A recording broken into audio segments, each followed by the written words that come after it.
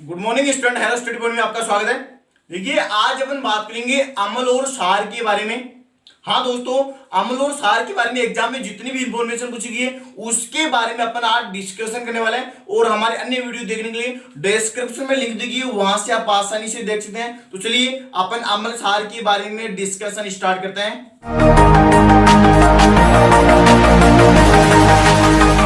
अम्ल और क्षार को अपने दो भागों में डिवाइड करेंगे।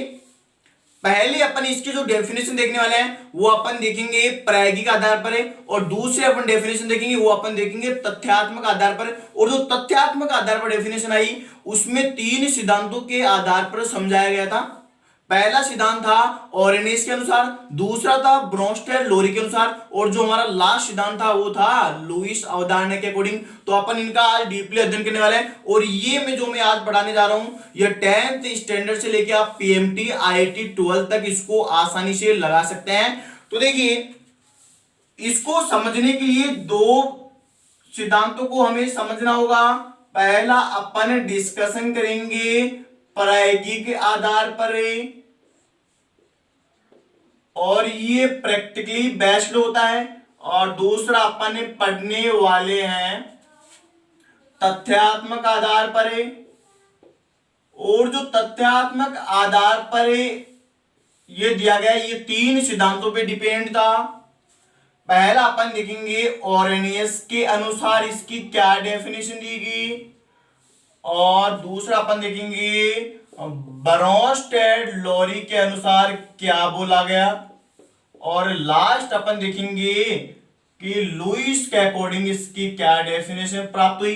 तो इनका अपन अध्ययन करने वाले हैं। तो सर्वप्रथम अपन देखते हैं कि इसकी जो अम्ल क्षार की प्रैक्टिकली डेफिनेशन क्या आई। तो अपन सर्वप्रथम देखेंगे कि प्रायोगिक आधार पर पहले अपन बात करने वाले हैं अम्ल के बारे में। अम्ल की प्रायोगिक डेफिनेशन अपन देखते हैं। तो देखिए अपन लोअर कक्षाओं से पढ़ते आ रहे हैं कि अम्ल स्वाद में खट्टे होते हैं,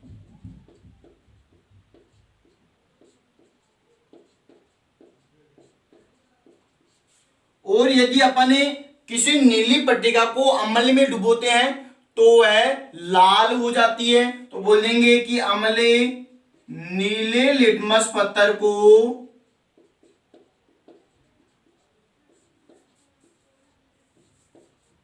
लाल करते हैं। इसके बाद में देखिए यदि अपन अम्ल को जल में घोलते हैं तो ये H+ देता है, और ये H+ आयन है। तो अपन बोल देंगे कि ये चालकता दर्शाएंगे, अर्थात अम्ल आयनों के माध्यम से चालकता दर्शाता है। तो ये चालकता दर्शाते हैं।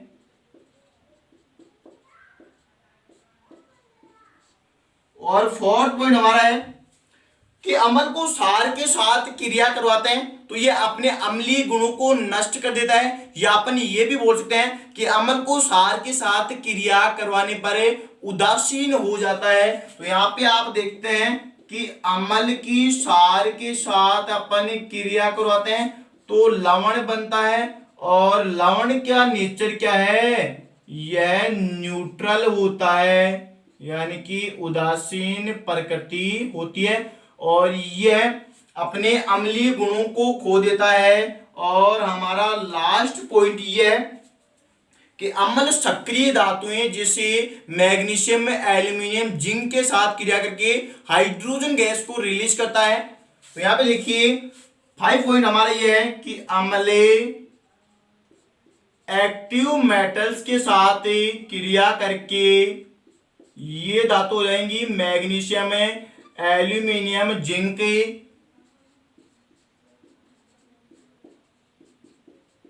क्रिया करके हाइड्रोजन गैस मुक्त करते हैं।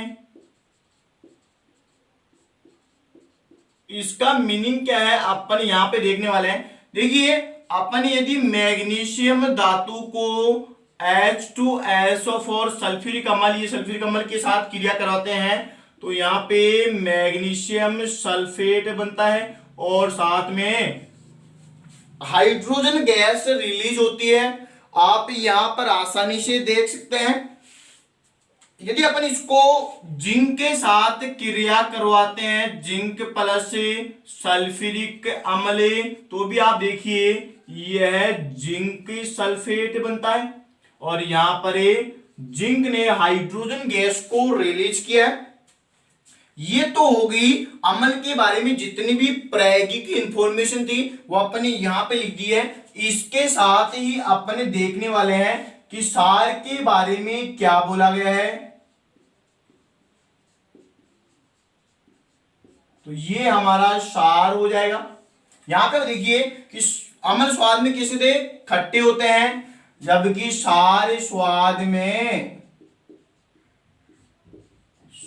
में तीखे भी अपन बोल सकते हैं, या यह कड़वे होते हैं।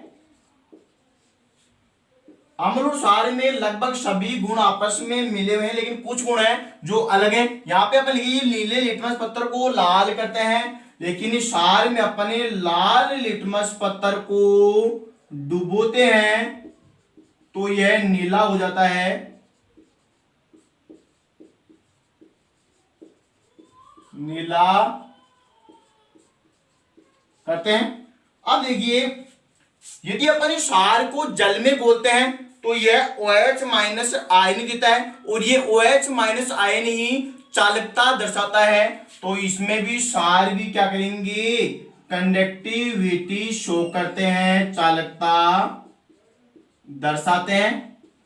अब यहां पे आप देखिए कि मैंने फोर्थ पॉइंट ये लिखा है कि अम्ल और क्षार क्रिया करके अपने अम्लीय गुणों को खो देता है, अर्थात लवण बनाता है। और लवण का नेचर क्या है, ये उदासीन होता है। और सेम हमारा यही पॉइंट है कि हमारा जो क्षार है यह अम्ल के साथ क्रिया करता है और क्रिया करके अपने क्षारीय गुणों को खो लेता है। और यहां पर भी साल्ट ही बनता है और साल्ट की नेचर अपन जानते हैं, यह उदासीन प्रकृति का होता है।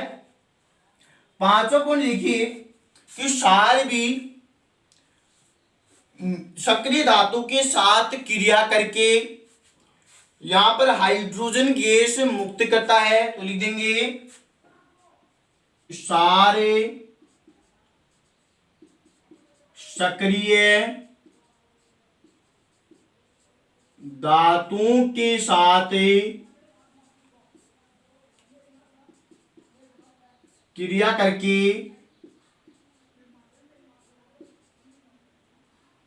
हाइड्रोजन गैस मुक्त करते हैं।